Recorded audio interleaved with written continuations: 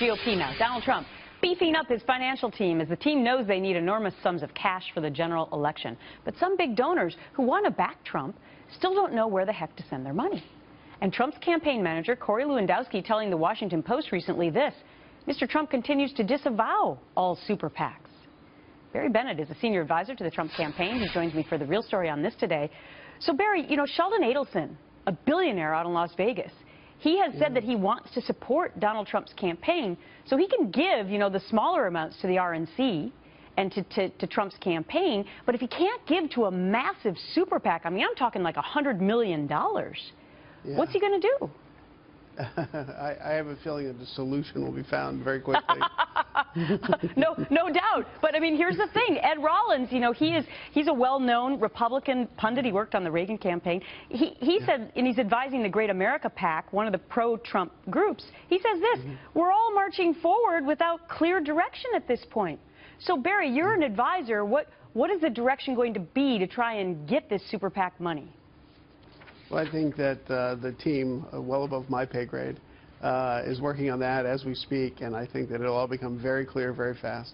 Okay, so could it be that Mr. Trump, even though one of the most popular things he said in order to get the nomination, presumptively, was that he was self-funded? That got the biggest applause line whenever he went out on the trail. But could it be now that he is going to have to take this super PAC money because he may need $1 billion? Yeah, I mean, he has self-funded the primary, and now that the primary's over and we head to the general, it suddenly becomes a, you know, some people are calling it $1 billion general.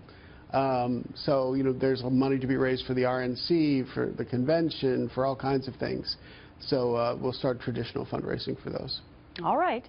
Let's talk about another strategy that has been percolating over the last couple of hours, and this defies conventional wisdom and political trends. I'm showing a map now on the screen. These are states that haven't gone Republican for a pretty long time, except for Ohio there, because of course you have to win that to become president if you're a Republican.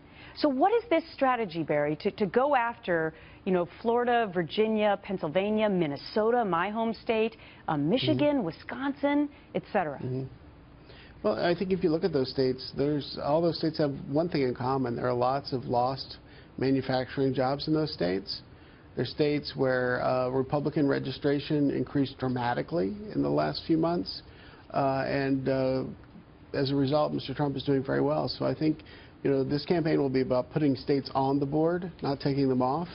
And my guess is, you know, even more will come on the board as we get through this process. Yeah, so Trump told the Associated Press in a recent interview, "I will win states that no Republican would even run in." So that's part of this strategy, right? Yeah, I mean, it's a total shift. I mean, if you look at, you know, Ohio, like I do. I mean, Youngstown, Ohio had 16,000 registered Republicans at the beginning of the year, and right now they have close to 38,000. Wow. There's a big shift going on. Yeah, no doubt. Okay, now tomorrow you're going to be at a meeting with Facebook CEO Mark Zuckerberg discussing claims of bias in the presentation of trending news on Facebook. So here's a veiled hit. I want you to remember this, Barry, because here's what he said about Trump. Zuckerberg did last month. Here it is. I hear fearful voices calling for building walls and distancing people they label as others, for blocking free expression, for slowing immigration, reducing trade, and in some cases around the world, even cutting access to the internet.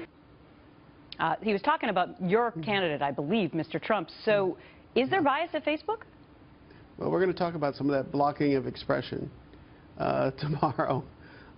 You know, we just want to make sure that Facebook, which is a very powerful medium, a fabulous tool for politics, but it's got to be right down the middle. It's got to be fair and balanced.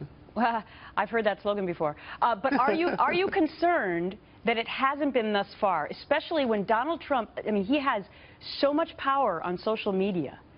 Are you concerned that Facebook has not been fair up until this point, and will they change? Well, I mean, the allegations that are currently were made last week about it's the news algorithm that is the issue that we're going to hear about tomorrow. And I think, you know, we're all going to pretend we're from Missouri. We're going to go out there and they're going to have to show us what the algorithm is and how it's incorruptible. Because all we want is fair and balanced. Okay, that's all we want here as well. Barry, report back to us. Let us know what you think about that meeting. Thank you. We will.